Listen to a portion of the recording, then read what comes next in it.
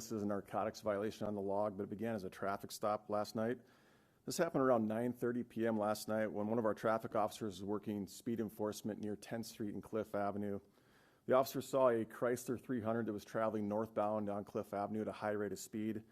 Using the radar system in the patrol vehicle, the officer was able to lock in the speed of this vehicle at 74 miles an hour in a 30-mile-an-hour zone. The officer then stopped the vehicle at 10th and Cliff and went up to speak to the driver. At this point, the driver looked at the officer, then immediately accelerated and headed westbound on 10th Street towards the viaduct at speeds that were estimated to be around 80 miles an hour. The officer noted at the time that there were several vehicles on the roadway when the suspect drove away, as well as pedestrians that were standing near 10th and Indiana at that time. Other officers observed this vehicle traveling recklessly through the downtown area before it eventually went northbound on Minnesota Avenue, continuing to drive in a reckless manner.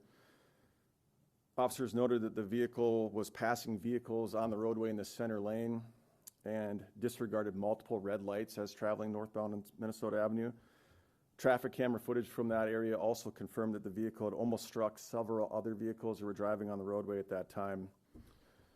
We also received numerous calls from citizens who were also calling in this same vehicle as driving recklessly at this time as well. The vehicle eventually went westbound on Russell Street at a high rate of speed. We then received calls from citizens saying that this vehicle had crashed near I-29 on Maple Street. The vehicle had struck a concrete barrier in the area, The vehicle then left the road and ended up north of Maple Street, but just east of I-29 in the grassy area there.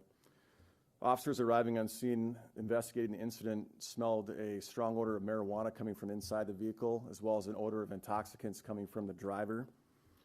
Officers found an open bottle of vodka in the vehicle during their search, as well as several bags of marijuana. The driver of the vehicle, I'll spell the last name for you, is Reisdorfer,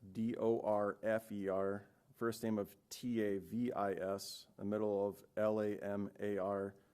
18 years old of Sioux Falls, was arrested for several charges, including DWI, reckless driving, aggravated eluding, possession of marijuana, and open container.